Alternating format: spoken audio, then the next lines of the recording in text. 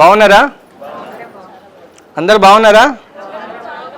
మీరందరూ బాగుండాలనే కోరుకుంటాను నేను. Thank you. అందరికీ నమస్కారం అండి. నా పేరు గట్టు శంకర్, అమ్మా నాన్న అనాథ ఆశ్రమం ఫౌండర్. ఈ ఆశ్రమం 14 సంవత్సరాల క్రితం నేనే స్థాపించడం జరిగింది. 5 సంవత్సరాల ఏజ్లో వచ్చినటువంటి ఆలోచన 30 సంవత్సరాలు పట్టింది ఆశ్రమం మొదలు పెట్టాలని. అంత గట్టి సంకల్పంతో భగవంతుడు ఇచ్చిన గొప్ప అవకాశము. ఈరోజు అమ్మా నాన్న అనాథ ఆశ్రమం పేరు మీద దిక్కుముక్కు లేని అనాథలకు సేవ చేయాలన్న ఒక కోరికతోటి నేను ఫస్ట్ క్లాస్లో ఉన్నప్పుడు వచ్చిన ఆలోచన, ఆ భగవంతుడు కంటిన్యూగా నా ఎంట ఉంటూ ఇది ముందుకు నడిపిస్తుంది కాబట్టి ఇది ముందుకు వెళ్తుందని నేను అనుకుంటున్నాను. మరి అందరికీ నమస్కారం. ముందుగా జ్ఞాన్ మురళి ఫౌండేషన్ నుంచి మంజువాల గారిని ఈ వేదిక మీదకి రావాల్సిందిగా కోరుతున్నాను.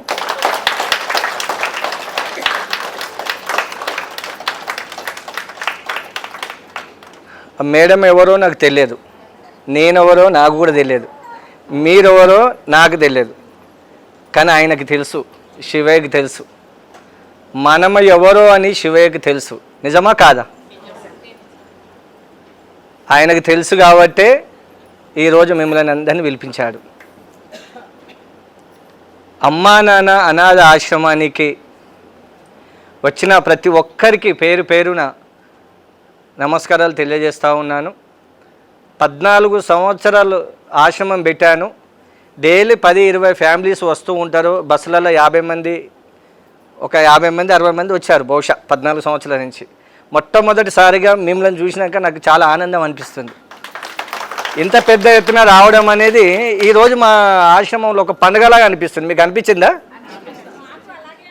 మాకు ఒక పండుగలాగా ఫస్ట్. ఎందుకంటే ఇంతమందిని ఒకే చోట గ్యాదరింగ్ చేసి తీసుకొచ్చినటువంటి మంజుల గారికి ఆమె తపన, ఆమె ఆలోచన ఆ శివయ్యకు తెలుసు కాబట్టే ఇవాళ మీరందరూ రాగలిగారు. సో మీ అందరికీ ప్రత్యేకంగా ధన్యవాదాలు మేడం. మీకు ముందుగా అందరు బాగున్నారా? ఎందుకేం మాట అంటున్నాం మళ్ళీ రెండోసారి అనుకోకండి. దీంట్లో ఒకటి మీకు కొన్ని విషయాలు చెప్పాలి కదా. అందరు బాగున్నారా? ఒక కొటేషన్ ఉంటుంది కదా, చెప్పండి.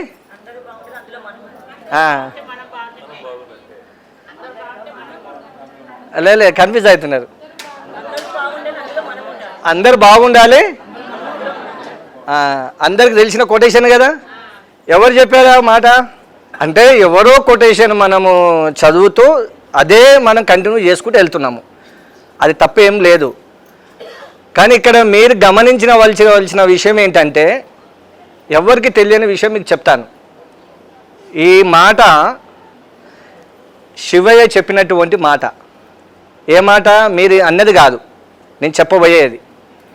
అందరూ బాగుండాలి, అందులో మనం ఉండాలి అనే పదము ఎవరు చెప్పారో నాకు కూడా తెలియదు. కానీ నేను చెప్పబోయేది మాత్రం సాక్షాత్తు ఆ పరమశివుడి చెప్పే మాట మీకు చెప్తాను.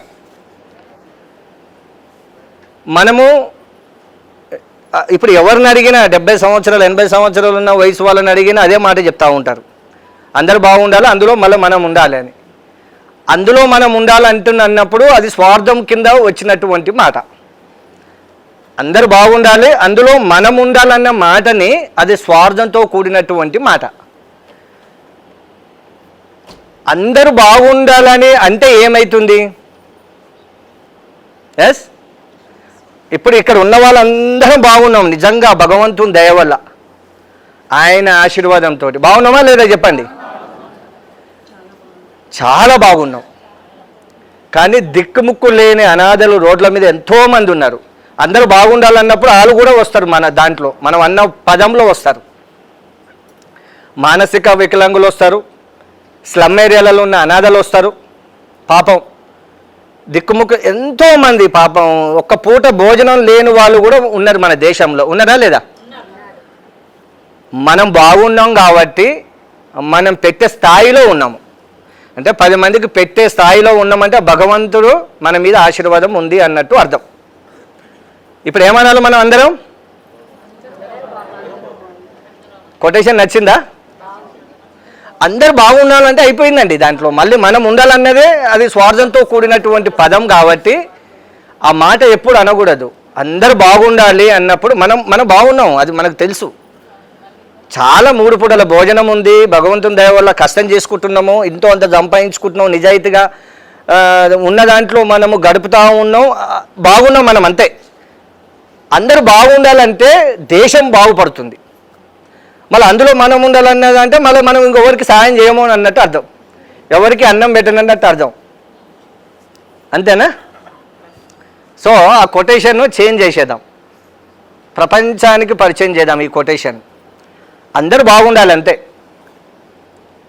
అందులో మనం ఉండాలంటే భగవంతునికి ఒకటి గుర్తుపెట్టుకోండి. మీకు తెలిసిన రెండో విషయం కూడా చెప్తాను. గుడికి ఇప్పుడు మీరు వెళ్ళారు కదా, నేను కూడా వెళ్తూ ఉంటాను. ప్రతి పుణ్యక్షేత్రానికి మనం వెళ్తూ ఉంటాము. మా అమ్మ నాన్న తీసుకెళ్ళినప్పుడు చేయి పట్టుకొని తీసుకెళ్తే వెళ్ళామా అని.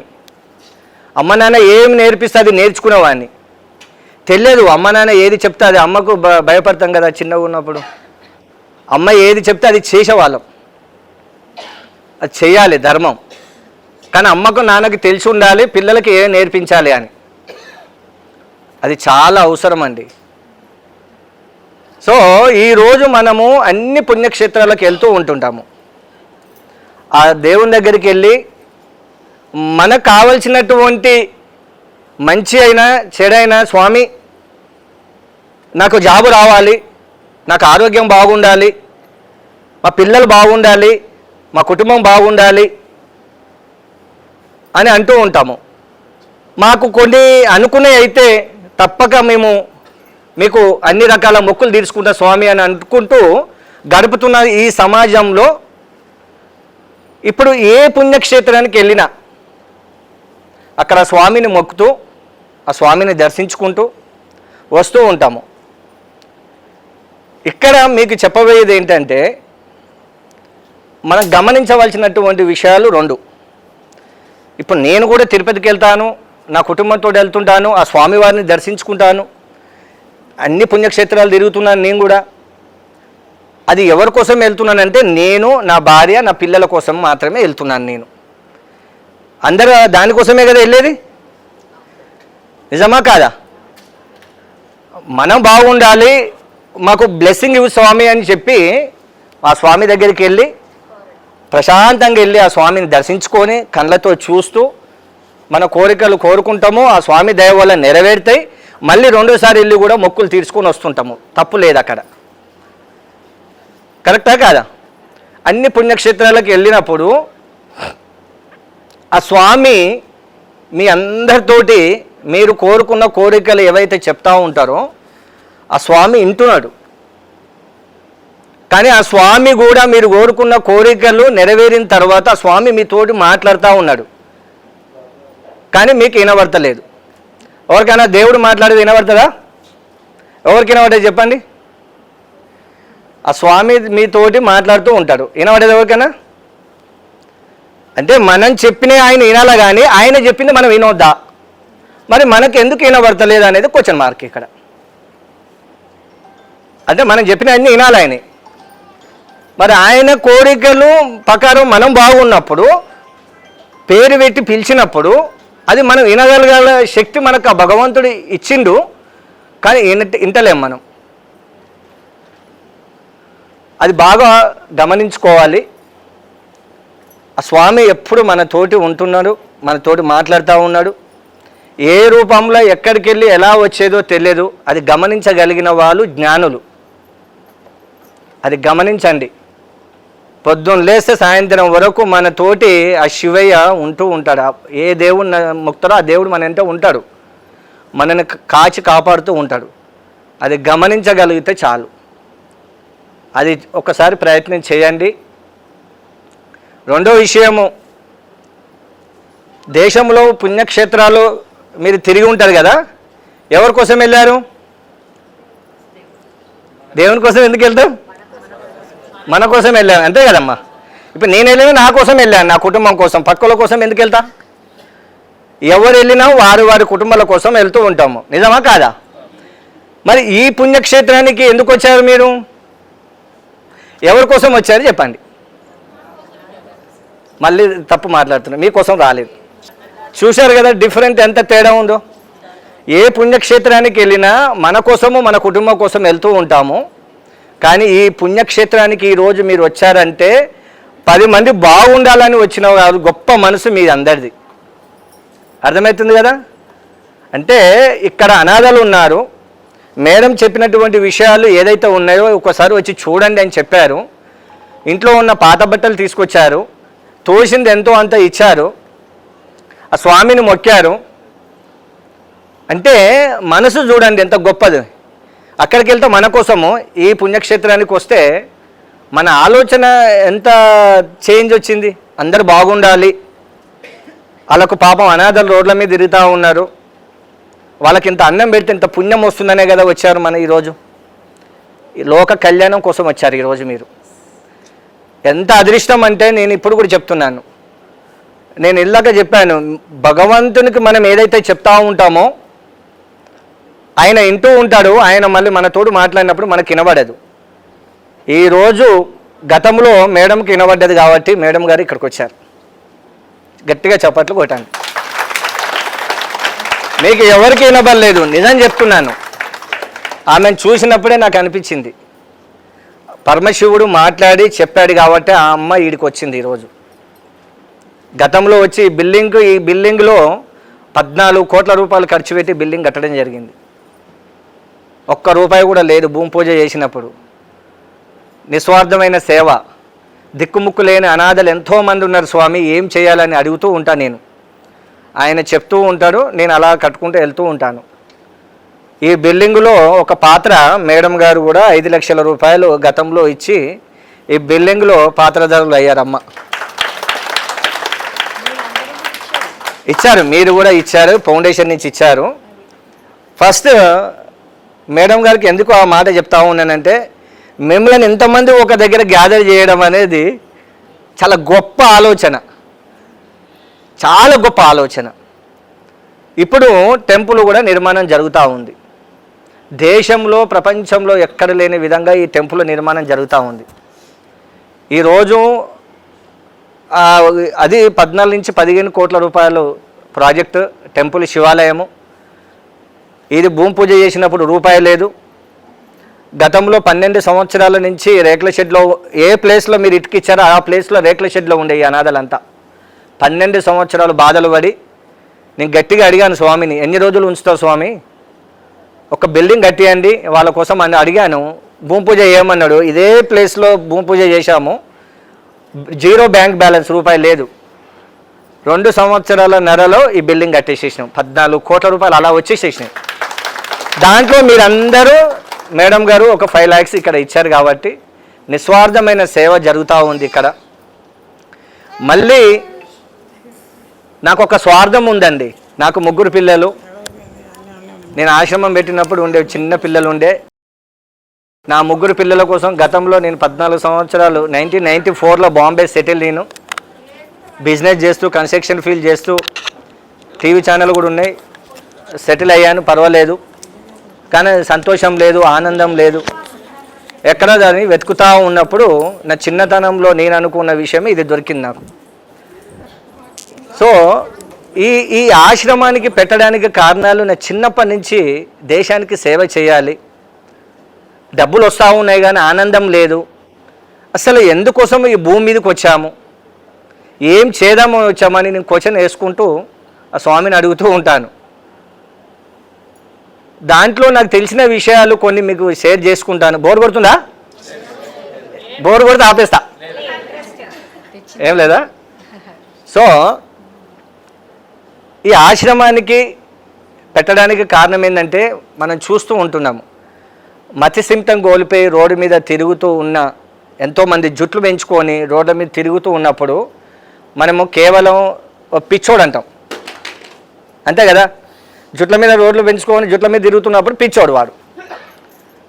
కానీ నేను అతన్ని ఐడెంటిఫై చేసి తీసుకువచ్చి క్లీనింగ్ చేసి మంచి బట్టలు ఇచ్చి మంచి మెడిసిన్స్ ఇచ్చి ఆ పిచ్చోడు అంటున్న సమాజం ఎవరని ఐడెంటిఫై చేసి 14 సంవత్సరాల నుంచి కొన్ని వేల మంది నేను చేరదీసినప్పుడు అందులో ఎంబీబీఎస్ డాక్టర్స్, మంచి మంచి సాఫ్ట్వేర్ వాళ్ళు, అమెరికాలో ఉన్నటువంటి అమెరికాలో కూడా జాబ్ చేస్తూ సెటిల్ అయిన వాళ్ళు. ఇప్పుడు ఒక ఆమెను పరిచయం చేస్తాను మీకు. గతంలో అమెరికాలో ఉండి టీచర్గా ఉండి ఆమె రోడ్ల మీద తిరుగుతూ ఉంటే పోలీసు వాళ్ళు తీసుకొచ్చారు. ఒక హెచ్ఆర్, ఒక హెడ్ మాస్టర్గా ఉండి రోడ్ల మీద తిరుగుతూ ఉంటే ఎవరు పట్టించుకోకుంటే మేము తీసుకొచ్చాము. అలా ఆమె స్టూడెంట్స్ మొత్తం ఐఏఎస్ ఆఫీసర్లు, ఐపీఎస్ ఆఫీసర్లు అయ్యారు. కానీ ఆమె రోడ్డు మీద తిరుగుతూ ఉంది. మేము తీసుకొచ్చాము, మంచిగా అయింది, ఇక్కడనే ఉంది, వెళ్ళేటప్పుడు మీకు పరిచయం చేస్తాను. అలా మనం రోడ్ల మీద తిరుగుతూ ఉన్న వాళ్ళని అసలు పట్టించుకోము. కానీ ఈరోజు నేను చెప్పవలసింది ఏంటంటే, మానవ సేవే మాధవ సేవ అన్న పదాన్ని మనము కంటిన్యూగా వాడుతూ ఉంటాము. నేను 2 అలాగే చేశాను, చూశారు కదా మీరు. ఇక్కడ మానవ సేవ పెట్టాను, అక్కడ మాధవ సేవ పెట్టాను. కొందరికి మాధవ సేవ నచ్చుతుంది, తప్పులేదు. కొందరికి మానవ సేవ నచ్చుతుంది. కొందరికేమో మానవులకు సేవ చేయాలని ఉంటుంది, కొందరికి దేవునికి సేవ చేయాలని ఉంటుంది. అందుకే నేను 2 అలాగే చేసి పెట్టాను. ఇక్కడ మీరు చూశారు కదా ఎంట్రన్స్లో. ఇప్పుడు ఆశ్రమంలో 600 మంది అనాథలు ఉన్నారు. వాళ్ళ పేరు ఊరు మాకు ఏమి తెలియదు. గత 14 సంవత్సరాల నుండి మినిమం 4000 మందిని మంచిగా చేసి ఈ పుణ్యక్షేత్రం పంపించింది వాళ్ళ కుటుంబ సభ్యులకు. దీంట్లో చాలామంది భాగస్వాములు అయ్యారు. మా స్టాఫ్ మేము కలిసి 14 సంవత్సరాలు తీర్చిదిద్దాము. ఈ బిల్డింగ్లో 2000 మంది అనాథలు ఉండొచ్చు. ఆంధ్రప్రదేశ్లో విజయవాడలో 2013లో 100 నుంచి 150 మందిని తీసుకురావడం జరిగింది. మన ఆంధ్రప్రదేశ్ తెలంగాణలో మా సర్వే ప్రకారము ఒక 5000 నుంచి 10,000 మంది అనాథలు రోడ్ల మీద ఇప్పటికీ చెప్పులు లేకుండా, అన్నం లేకుండా రోడ్ల మీద తిరుగుతూ అన్నం లేక చనిపోతున్న వాళ్ళు చాలామంది ఉన్నారు. అలాంటి వాళ్ళ కోసం కట్టించినటువంటి బిల్డింగ్ ఇది. ఇంకొక వారం 10 రోజులైతే ఈ వర్క్ కూడా అయిపోతుంది అంతా. ఇంకా మేమందరినీ పోలీసు వాళ్ళతోటి మాట్లాడి ఎక్కడెక్కడ అనాథ కనపడుతుండో వాళ్ళని తీసుకొచ్చి, భగవంతుడు మనకు అందరికీ ఇల్లు ఇచ్చాడు, కానీ వాళ్ళకి ఇచ్చినటువంటి ఇల్లు ఇది. అభాగ్యులు మనం ఇచ్చినటువంటి దాన ధర్మాలు వాళ్ళు కూడా బాగుంటే మనకు పుణ్యం వస్తుందని చెప్పి మరి ఈ బిల్డింగ్ చుట్టూ కట్టాము. కానీ బిల్డింగ్ చుట్టూ అక్కడ ఎండలో కూర్చొని మార్నింగ్ కానీ ఈవినింగ్ కానీ మా వాళ్ళకు భోజనాలు పెట్టడం జరుగుతూ ఉంది. మొన్న మేడం గారు వచ్చినప్పుడు మా వాళ్ళు చెప్పారు, అన్నదాన సత్రం కావాలండి, ఒక టెంపుల్లో ఒక శివలింగం కావాలండి అని చెప్పి అడిగినప్పుడు మేడం గారు అన్నదాన సత్రం కోసము మరి మీ అందరి సహకారంతో మరి నిన్న మొన్న కలిసి ఒక 10 లక్షల రూపాయలు అన్నదాన సత్రానికి ఇచ్చారు. మీ అందరికీ ధన్యవాదాలు. అమౌంట్ కూడా వచ్చేసింది. మేము వారం రోజుల కింద మీరు కన్ఫర్మ్ చేసినప్పుడే నేను అక్కడ షాపు వాళ్ళకి చెప్పి అమౌంట్ వచ్చి ఇస్తానండి. అంతవరకు అంటే పోల్స్ కూడా ఇచ్చి వెల్డింగ్ కూడా చేశాము, మీరు చూడొచ్చు. ఇంకో 1 మంత్లో మనకు ఇక్కడి నుంచి ఈ చుట్టూ అన్నదాన సత్రము రేకులతోటి నిర్మాణం జరుగుతూ ఉంది. మినిమం ఒక 10 నుంచి 15 లక్షల వరకు అది ఖర్చు అవుతూ ఉంది. నేను అది మళ్ళీ ఒక పెద్ద నిర్ణయం తీసుకున్నాను. ఏ నిర్ణయం అంటే, ఆ క్షేత్రంలో 4 గాలి గోపురాలు ఉంటే పుణ్యక్షేత్రం అవుతుందండి. బాగా గుర్తుపెట్టుకోవాలి. ఒక గుడి మనం ముందు ఒక ద్వారం ఉంది అంటే టెంపుల్ అవుతుంది, గుడి అవుతుంది. 4 ద్వారాలు ఉన్నాయి, రాజగోపురాలు ఉన్నాయి అంటే ప్రపంచంలో ఏదైనా ఒక మహాపుణ్యక్షేత్రం కాబోతుంది. పుణ్యక్షేత్రమే అంటే ఎక్కడికి వెళ్ళైనా భక్తులు దర్శించనీకి ఆ స్వామి నిర్మించుకున్నటువంటి క్షేత్రం. ఆ పుణ్యలింగేశ్వర స్వామి ఆ పేరు క్వశ్చన్ మార్క్. నాకేమో వాళ్ళని కాపీ కొట్టడం ఇష్టం ఉండదు నాకు చిన్నప్పటి నుంచి. స్వామి మరి అన్ని 12 జ్యోతిర్లింగాలు ఉన్నాయి మన భారతదేశంలో. సోమనాథ్ కానీ అన్ని ఏ పేరు పెట్టాల స్వామి? 12 జ్యోతిర్లింగాలు తిరుగుతూ ఉన్నారు భక్తులు. అక్కడ ఉండిలో డబ్బులు వేస్తూ ఉన్నాము, అందరము మేము కూడా వెళ్తూ ఉన్నాము, పూలదండలు వేస్తూ ఉన్నాము. ఆ ఉండిలో వేసిన పైసలు ఎక్కడికి వెళ్తున్నాయి స్వామి? మళ్ళీ ప్రసాదం మళ్ళీ మాకే ఇస్తూ ఉన్నాం. ఏంటని అడిగాను నేను ఆయనని. నాకు కొత్త పేరు ఇస్తే ఇవ్వండి, లేకపోతే లేదని అడిగాను. ఒక 2 ఇయర్స్ పట్టింది. మనము ఏ పుణ్యక్షేత్రానికి వెళ్ళినా ఇంత పుణ్యం వస్తుంది కదా అన్న ఉద్దేశంతో వెళ్తూ ఉంటాము. ఎవరికన్నా దాన ధర్మాలు వేస్తే ఇంత పుణ్యం వస్తుంది కదా అని వెళ్తూ ఉంటాము. నిజమా కాదా? కానీ ఆ స్వామి, నువ్వు ప్రపంచంలో ఏ పుణ్యక్షేత్రం అన్నా తిరుగు, ఎన్ని జ్యోతిర్లింగాలన్నా తిరుగు, మళ్ళీ నా దగ్గరకు వచ్చి నువ్వు దర్శించుకుంటేనే నీకు పుణ్యం వస్తుంది అని చెప్పి పుణ్యలింగేశ్వర స్వామిగా ఆయన ఈరోజు ఆ స్వామి మనకు ఆ పేరు ఇచ్చాడు. అది నిజం. ఇక్కడ నాన్ వెజ్ బంద్ చేయడం కాదండి, పుణ్యము పాపాలు రెండు ఉంటాయి, అవి మన చేతిలోనే ఉంటాయి. మా అమ్మని అడిగాను, కొన్ని సంవత్సరాల నుంచి ఒక కోడి అని అనుకుంటాం అంతే, ఒక కోడి, ఒక మేక, ఒక గొర్రె, అంతే. ఇంకా మన జీవితంలో ఆ భగవంతుడు మనం ఎలా వచ్చామో భూమి మీదకి అవి కూడా అలాగనే వచ్చాయి, అవి అలాగనే వచ్చాయి. ఒకటి బాగా గుర్తుపెట్టుకోండి, మనం చికెన్ అంటాము, ఆ కోడి భగవంతుడు సృష్టిలో ఒక భాగం. అది మానవులు ఉదయం లేచి వాళ్ళు కష్టానికి వెళ్ళాలి, ఉద్యోగాలకు వెళ్ళాలి, వాళ్ళు పనికి వెళ్ళి అలసిపోయి వస్తారు. వాళ్ళు అలసిపోయిన తర్వాత లేవరు, వాళ్ళని లేపాలి, తట్టి లేపాలి. నిన్ను కోడిగా పుట్టించాను, నువ్వు 3:30కు లేచి నువ్వు కుకురుకు అని లేపితే పాపం వాళ్ళు లేచి వాళ్ళ కష్టానికి వెళ్తారు. ఆ కష్టానికి ఆ రోజు వెళ్ళకుంటే వాళ్ళు ఉపవాసం ఉంటారు అని కోడిని పుట్టించింది భగవంతుడు. ఇది నిజం. అది బాగా గుర్తుపెట్టుకో, తెలుసు కదా, అన్నీ తెలుసు. మళ్ళీ అయినా కానీ మనం కొన్ని తప్పులు చేస్తూ ఉంటాం. అయితే అది మనకు 3:30కి లేపి దాని డ్యూటీ దాన్ని చేసుకుంటూ వెళ్ళిపోతుంది. అది అసలు మన ఆహారం కాదు. అది అలా చేసుకుంటూ వెళ్ళిపోయేదాన్ని పట్టి మరి, అంతే కదా, పట్టి మరి దాన్ని ప్రాణం తీసి తింటున్నాను చూసావా. మా అమ్మని అడిగాను, అదే ఎన్ని ప్రాణాలు, ఆ పాపాలన్నీ నీకా మా అమ్మకే చెప్పేసినాను, నాయి కావని చెప్పేసిన. ఎందుకంటే నేర్పించింది మా అమ్మనే కాబట్టి ఆ పాపం మా అమ్మకే, మా అమ్మ నాన్నకు. నిజం ఇది. అమ్మ గొప్పదే, ఆలోచనలు నేను నచ్చను. అమ్మన్నా నాన్నైనా ఎవరైనా సరే, అమ్మ గొప్పదే, నాన్న గొప్పవాడే, కన్నది కాబట్టి తప్పు లేదు. కానీ ఆలోచనలు చాలా గొప్పగా ఉండాలి. ఇలా మనం అన్ని ప్రాణాలు తీస్తూ మళ్ళీ గుడికి వెళ్ళి పుణ్యాలు చేసుకుంటే అవి రావండి. దయచేసి ఎవరైనా తినవాళ్ళు ఉంటే మానాలని కోరుకుంటున్నాను. అది మానుకోండి.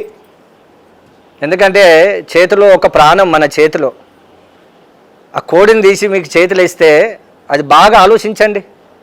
అది ఒక ప్రాణము, మన చేతులతో ఆ ప్రాణాలు. అలవాట్లు తెలియదు, ఎవరికి చెప్పలేము, మానుకోలేకపోతున్నాము.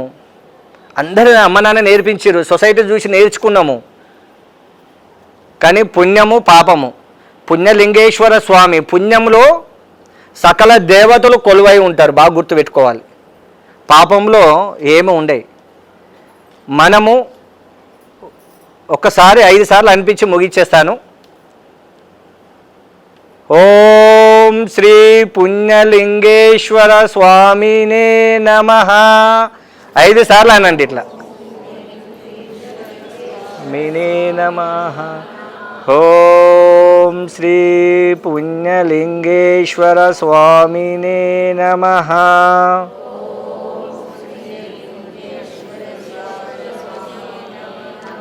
ఓం శ్రీ పుణ్యలింగేశ్వర స్వామినే నమః.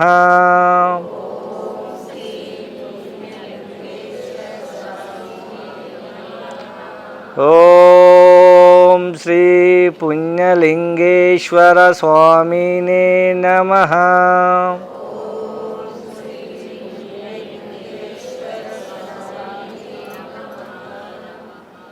విన్నారు కదా, పుణ్యము పాపాలు. ప్రతిరోజు మీరు ఒక 108 సార్లు ఈ మంత్రాన్ని ఉదయం 5 ఒకేసారి గంటలో ముగించొద్దండి. జీవితంలో గుర్తుపెట్టుకోవాలి. ఉదయం మనం లేచినప్పటి నుంచి రాత్రి పనుకున్నంత వరకు ఇది చదువుతూనే ఉండండి. మనం ఎంత సక్సెస్ అవుతామో చూడండి. మీకు మంచి జరగాలని నేను భగవంతుని కోరుకుంటూ మరి ఈ విషయాలు మీకు చెప్తా ఉన్నాను. అవకాశం ఉంటే వదిలిపెట్టుకోకండి. మనం ఎన్నో ఖర్చు పెడతా ఉన్నాము, ఆ పుణ్య ఫలాలు మీకు రావాలని కోరుకుంటున్నాను. రెండోది మళ్ళీ వాలంటీర్గా నెల రోజులు మేడం మీ ఆధ్వర్యంలో ఇక్కడ మినిమం ఒక 2 నుంచి 3 లక్షల మంది భక్తులు వచ్చే విధంగా ఇక్కడ మనకు ఇది తీసుకురాబోతున్నాము. మరి నిన్న మొన్న ఒక గురువు గారు వచ్చారు. అన్నమయ్య సినిమా ఎవరైతే చూశారు కదా, అన్నమయ్య సినిమా ఆయన రాసిన ఆయనే మొన్న వచ్చాడు ఇడికి. మంజునాథ్ సినిమా రాశాడు, శ్రీరామదాస్ సినిమా రాశాడు. ఆయననే బెంగళూరు నుంచి తెలుసుకొని ఇక్కడికి వచ్చి ఇప్పుడు 25 పాటలు ఫ్రీగా రాస్తున్నాం మన ఆశ్రమం కోసం. మంజునాథ సినిమా రాసిన ఆయనే, శ్రీరామదాస్ రాసిన ఆయనే, పాటలు రాసిన ఆయనే, మళ్ళీ ఓం నమో వెంకటేశ రాసింది ఆయన్ని. ఆయన శివే విలిపించుకొని అద్భుతమైన పాటలు 25 పాటలు మొదలు పెట్టాము. అది ఫ్రీగా ఆయనే చేయిస్తూ ఉన్నాడు. మరి మీరు కూడా అందరు పాల్గొనాలని కోరుకుంటున్నాను. ఈ అవకాశం ఇచ్చినందుకు ప్రతి ఒక్కరికి ధన్యవాదాలు. వీళ్ళందరినీ చూసి వీళ్ళ జీవితం ఎందుకు ఇట్లా ఉంది అని భగవంతుని కోరుకొని వాళ్ళ జీవితాలు బాగుండాలి, వాళ్ళ మైండ్ సెట్టింగ్ బాగుండాలి అని ఆలోచనలు భగవంతుని కోరుకుంటుంటే వాళ్ళకి సపరేట్గా హాస్పిటల్ కట్టించి వాళ్ళని మనం ఎందుకు బాగు చేయకూడదు అనే ఆలోచన చిన్నప్పటి నుంచి ఉండేది.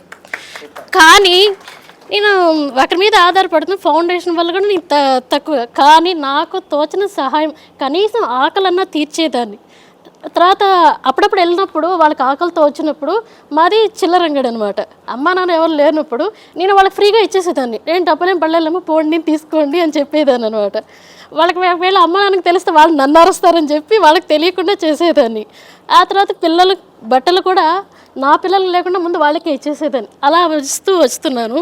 ఎట్ట చేయాలి నాకేమీ అర్థం కావట్లేదు తండ్రి అన్న టైంలో ఇప్పుడు మీరు వచ్చి ఈ విధంగా ఫౌండేషన్ చేసినప్పుడు, అంతేకాదు తెలంగాణ ఆంధ్రప్రదేశ్ మొత్తం ఎక్కడ ఉన్నా ఇక్కడికి తీసుకురమ్మని చెప్పినప్పుడు నాకు చాలా ఆనందంగా ఉంది. ఓహో ఇప్పుడు మా ఊరు కూడా బాగుపడుతుంది, ఎవ్వరు అక్కడ అనాథ ఇలాంటి వాళ్ళు అనేది లేకుండా. పాపం వాళ్ళ చూస్తే గొలుసులు కట్టేయడము, కొట్టడాలు ఇవన్నీ చూస్తుంటే భరించలేకపోయేదాన్ని. ఆ తర్వాత మంజులక్క ఇది వల్ల జ్ఞానం వచ్చింది, జ్ఞానం తెలిసింది. సంకల్పాలు చేసడం కనీసం మారుతుంది, ఆ వాతావరణాన్ని మార్చడము, వాళ్ళకి శుభభావన శుభకామన పెట్టడం, ఇదంతవరకు చేసుకుంటూ వచ్చా. ఆ తర్వాత స్టెప్ అన్నయ్య దయ వల్ల నాకు దొరికింది. ఈ సమాచారం మీకు అందించాలని మా ఊర్లో ఉన్న వాళ్ళు చాలామంది ఎంతోమంది ఉన్నారు. పసిపిల్లవాడి నుంచి ముసలి వాళ్ళ వరకు చాలామంది ఉన్నారు. వాళ్ళు కూడా బాగా చదివిన వాళ్ళు కూడా ఉన్నారు. ఇంత జ్ఞానం ఉండి ఇంత చదివి ఉండి కూడా ఎందుకు ఇంత మెంటల్గా డిసప్పాయింట్ అవుతున్నారో అర్థం కాలేదనమాట. అదే కాక వాళ్ళ గొలుసులతో కట్టేస్తే ఆ బాధ చూస్తే వెన్ననాతీతం. భగవంతుడు మనకి ఇచ్చిన సేవా ఫలాలు ఇచ్చారు, వాళ్ళు మనకి సేవ చేసుకునే అవకాశాన్ని ఇచ్చారు. ఈ భాష మారాలి. ఎందుకంటే ఇందాక మనం స్టార్టింగ్ ఏదైతే కొటేషన్ చూసామో అందరూ బాగుండాలి అందులో మనం ఉండాలంటే అందరికీ మనం ఇచ్చేస్తే మనకు తగ్గిపోతుందేమో అయిపోతుందేమో అన్న భయానికి చూసి లెక్కబెట్టిస్తున్నారు చాలా. మన భావం ఏదైతే ఉంటుందో దాన్ని బట్టే భగవంతుడు లెక్క పెట్టాల్సి వస్తుంది. మనస్ఫూర్తిగా చేయాలి. చేసి ఎప్పుడైతే అన్నయ్య ద్వారా మనకు అవకాశం వచ్చిందో, వాళ్ళ ద్వారా మనకు సేవ అవకాశం వస్తే వినియోగించుకున్నాం, ఆ గౌరవం ఉంటుందో అప్పుడే మనకు ఆ సేవా ఫలాలు ఇంకా పెరుగుతూ ఉంటాయి. సో సేవే జీవన విధానము, అదే మనం రోజు నేర్చుకుంటున్నాము. సో ఇక్కడి నుంచి ఇది కంటిన్యూ అవుతుంది. ఇక్కడ 600 మంది అనారోగ్యంతో ఉన్నారని అనుకుంటాం, మిగిలిన వాళ్ళంతా బయట ఉన్నారు. వీళ్ళ అకౌంట్ నంబర్స్ ఏవైతే ఉన్నాయో, ఇక్కడ సేవ చేసే పద్ధతులు ఏవైతే చేయొచ్చో అవన్నీ మీకు చెప్పాము, చేసాం కూడా. సో ఇక్కడి నుంచి వెళ్ళిపోయిన తర్వాత కూడా కంటిన్యూ చేయాలి. ఇది ఇక్కడితో అయిపోలేదు. మనకి ఇది ఒక మంచి సేవా అవకాశము. ఎక్కడైతే ఏమంటారు దాన్ని నిజాయితీతో జరుగుతున్న సేవ, తర్వాత ఎక్కడ సేవ చేయాలి ఏంటా అన్నప్పుడు మనకి ఏదైతే భగవంతుడు దారి చూపిస్తాడో అలా నాకు చూపించిన దారిది. సో ఈరోజు మీరంతా వచ్చారంటే నమ్ముతున్నారని అనుకుంటున్నాను.